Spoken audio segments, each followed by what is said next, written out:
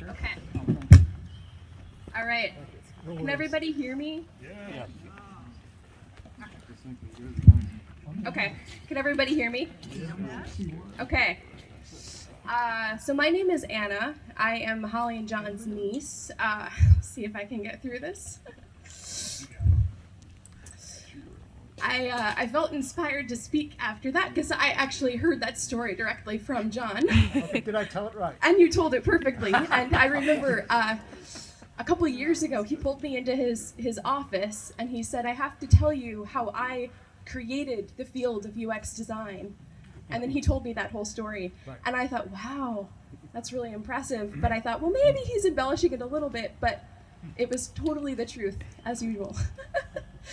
But I felt inspired also to speak about John as a teacher. I think of him, so the way that I refer to him is Sandy, so I'm going to call him Sandy in my words. And I think about all the people that he's taught in this space. You know, he's taught people how to build guitars, he's taught people how to do programming, and he's changed the industry. He's changed multiple industries. But for me, he taught me a lot of really basic important life skills. So one of my favorite stories about my Uncle Sandy is he loved to tell it over and over. Anytime he introduced me to someone new, he would always tell this story. So I grew up moving all over the world, and I was living in San Francisco in middle school and high school, and I came to visit Holly and Sandy, and this became a series of visits. You know, I would come a couple times a year, and Holly and Sandy are really like my second set of parents, and I was like their child. So they both mean so much to me. So just to give you some context. But I remember one time I came to visit, and it was, I came during my winter vacation. It was, I think, it was a spring break, actually.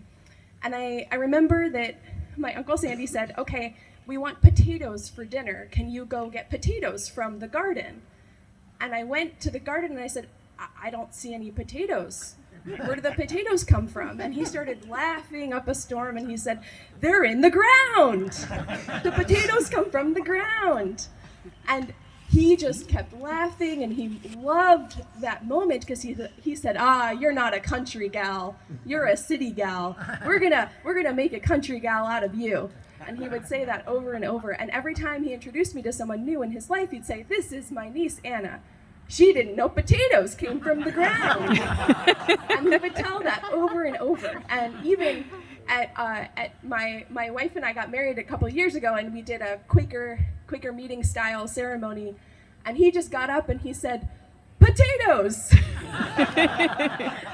And so he first of all taught me about potatoes and where they came from. He taught me a lot about cooking and baking. He taught my wife how to bake bread. He decided one Christmas time that he got so excited about the idea of teaching my wife Rosie how to bake bread from scratch. And so they spent like about 12 hours baking this bread, you know, the whole process, the kneading and all of the punching, and he'd be very dramatic about it.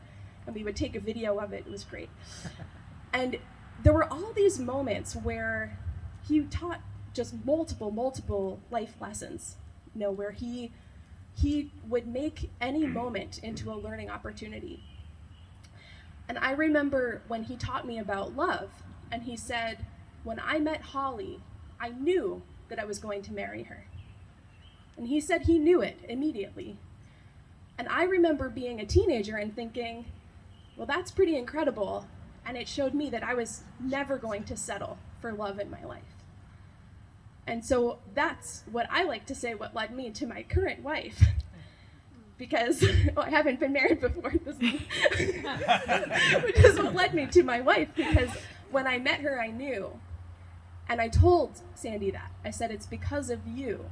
You taught me not to settle. You taught me that love is so special and so precious that you have to trust yourself, and you have to trust that you're going to meet the right person, and when you do, you will know. And I always carried that with me.